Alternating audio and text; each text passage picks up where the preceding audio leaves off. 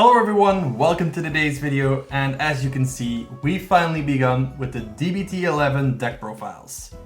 Now of course, since you can already tell by the title, I'm up first with good old Ezel, Gold Paladin, and of course, to start us off, we have a Rideline. Wanted to quickly show we are, of course, for our Rideline using the Ezel V-Series version, and for the main deck, thanks to Delhi. So quick shout out, Delhi, thank you for getting me the original Blond Ezel sleeves from BT06. Quick shout outs out of the way. We can start off with Crimson Lion Cup Gareth. He's our standard D-Series starter. Next up we have Gareth. He has the skill when he is rode upon by bowmains that you can search for your order. We'll get into the specifics of the order itself. His rearguard skill is not important for us at the moment, so we can immediately go into bowmains. He says when you have Gareth and Gareth in your soul, you can discard a card, Superior Ride Ezel from your ride deck. He has a rearguard ability that when he attacks, you can give him power and then send him to the bottom of the deck. In this case, this one would go back to the ride deck. Our main unit, Incandescent Lion Blond Ezel. He's back. There's a lot of contingencies so that he doesn't end up like the V-Series ones. Mainly, you can only ride Ezels on top of him. So that's future-proof for Platina, Grand Ezel Scissors, whichever one they want to use. But his main ability is at the beginning of your ride phase. If you have 3 or less units, you can Soul Blast one to check the top 3. You can call a grade 3 or less to an open rearguard circle and the rest to the bottom of the deck in any order. You can Superior Ride as much as you want, do all the crazy shenanigans. And once your opponent finally catches up to you and gets a grade 3 or greater Vanguard, you can, on his attack, Counter Blast 1, look at the top 7, choose up to 2 grade 2 or less units, call him to open rearguard circles, and he gets 10k. And then you shuffle. That's a lot of open rearguard circles. We need to get rid of those rearguards. You have multi-attacks, but we'll get into those units in a bit. So I promised you guys to explain the order. We're playing 3 copies of it. It says that when you have a Vanguard Ezel in the name, you can play this order, look at the top 7 cards of your deck, call a grade 3 or less unit, and then shuffle your deck. That unit that you called gets plus 5k. So that's a free Superior call for the early turns when Ezel's skill isn't live yet. Now, since we're already going over the orders, we're already running Gracias Gadale, so if you haven't Persona ridden yet, this allows you to Persona ride. So you can only use one of this, use it whenever you don't have your Persona rides. Of course, running 3 copies of the Persona ride, you want to see your high numbers, especially in the early game when your opponent is at lower grades. You won't be able to Superior call as much, but that's why you have your supporting units. Now one of those supporting units is Sajas. So he's from the Festival Collection booster, and we mainly use him for his first ability, which is just to punish the opponent a bit. Whenever your opponent checks any trigger, both offensively or defensively, he gains plus 10k for both his shield and power.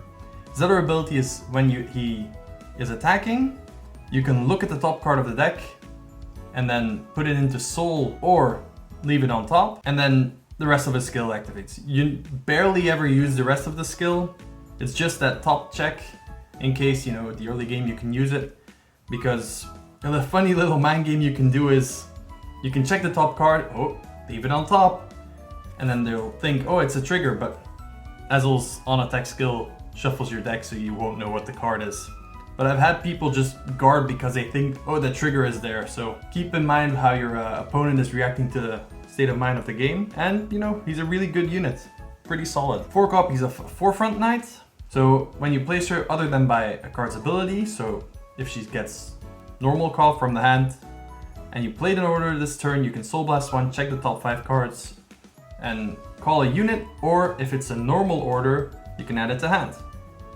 And of course, she gains power if you have an amount of units. I think she gets 10k if you have 4 or more units, so that's a good beater. Next up, I have a little spicy lineup at the moment, but that's because I have still been testing with this deck, running 3 copies of Gold Gown and 1 Cadwalla. Now, why am I running this weird-ass lineup? To be perfectly honest, I only have 1 foil copy of Cadwalla, and since I've been facing a lot of Gandiva, I felt like Gold Gown would be a fun card to use. Since, you don't have a lot of field, because it gets retired a lot, or you don't have the chances to replenish all too much in case they damage deny you a lot. So when you call a Gold Gown, you can just Soul Blast one and call a unit from your hand that you might have gotten with a drive check or by drawing through a skill, whatever it may be. And then you can refill your field a bit. Maybe you can like overcall stuff. It's just another way that you can replenish for multi-attacks. And Cadwalla himself also calls a Soul Blast and removes himself to look at the top amount of cards and add a card to hand. So they both have their functions. To be fair, you know, it'll probably end up being Cadwalla in the deck, but you know, Gold Gown has its uses thus far, so definitely if you want to give him a try, go for it. Now an absolute staple of the unit is Dindrain. Now she has two abilities and one that is extremely useful if you need counter charge, because she works as long as you have a unit with one clan, you can play it. So in Keter, you can play it in Regalia, you can play it in Royals, you can play it in the Shadow build, whichever one.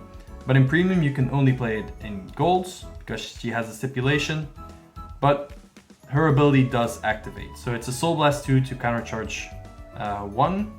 Her other ability is that after she boosted a unit, whichever, you know, rearguard unit that you have, and you have a Vanguard with Ezel, you can put it to the bottom of the deck and restand her. Which means your front row will be clear for Ezel effect to activate and you'll have a booster ready.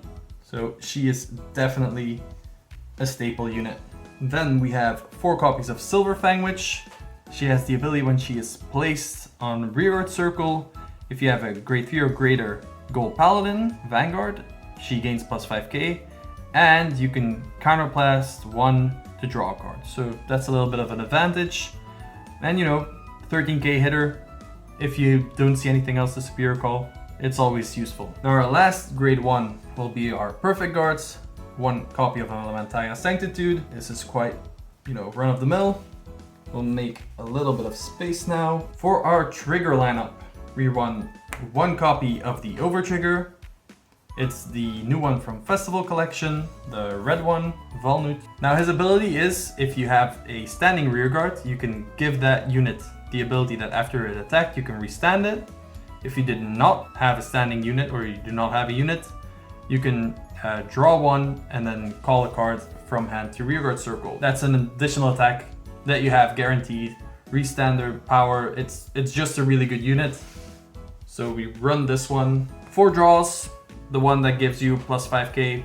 I mean, you want your hand size to be good. You want to have defensive options. And since you will be removing your units, you know, extra hand is always handy. 7 critical triggers. We run a few of the new Bang Dream triggers since our case was pretty good. I wanted to collect some of the Afterglow ones. But yeah, we run generic critical triggers because you want to have 5k power. If they end up getting called, it's better than that 4k. I mean, we run the critical trigger, the draw trigger as a 4k, but that's because the shield outweighs it a bit. That would be if you want to run the front trigger. That also outweighs it, but I can't justify it with the critical trigger. And then last but not least, 4 heals. So that's it for the Ezel deck profile. If you have any questions, please let us know. We will be featuring more D-BT11 decks, so stay tuned. I'll see you guys next time. Stay radiant. Bye bye.